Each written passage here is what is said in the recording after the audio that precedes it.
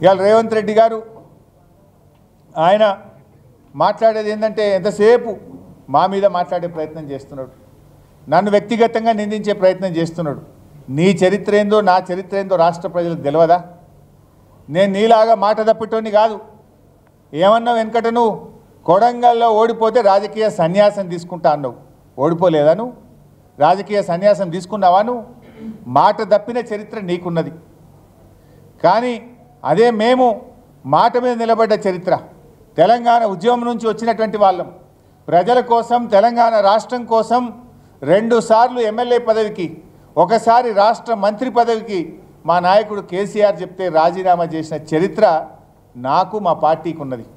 నువ్వేమో చంద్రబాబు సంకలజొర్రి రైఫిల్ పట్టుకొని ఆనాడు తెలంగాణ ప్రజల మీదకి బయలుదేరిన చరిత్ర నీది. అదే తెలంగాణ ప్రజల కోసం రాజీనామా చేసిన చరిత్ర నాది. ఇవాళ రుణమాఫీ చేసినా రాజీనామా చేయని రంకెలేస్తున్నావు రేవంత్ రెడ్డి గారు.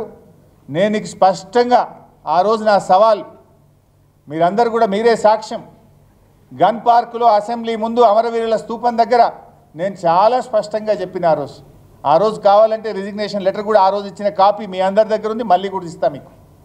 ఆ రోజు చాలా స్పష్టంగా చెప్పిన 15 ఆగస్టు లోపు రుణమాఫీ సంపూర్ణంగా చేయాలని, 6 గ్యారంటీల్లో ఉన్న 13 హామీలను సంపూర్ణంగా చేయండి, నేను నా పదవి వదులుకోవడానికి సిద్ధంగా ఉన్నా అని చెప్పిన.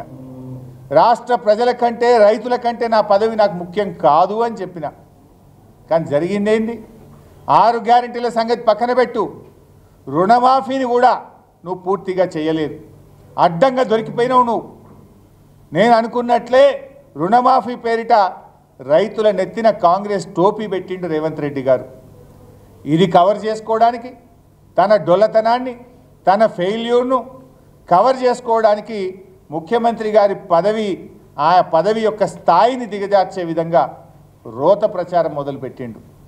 అధికారంలోకి వచ్చింది, మేము 2 లక్షల రుణమాఫీ చేస్తామని చెప్పిండ్రు. మీరు ఆనాడు ఎలక్షన్లలో కూడా రెచ్చగొట్టిండ్రు, పోండి తొందరగా అప్పులు తెచ్చుకోండి, మేము అధికారంలో రాగానే 2 లక్షల రుణమాఫీ చేస్తామన్నారు.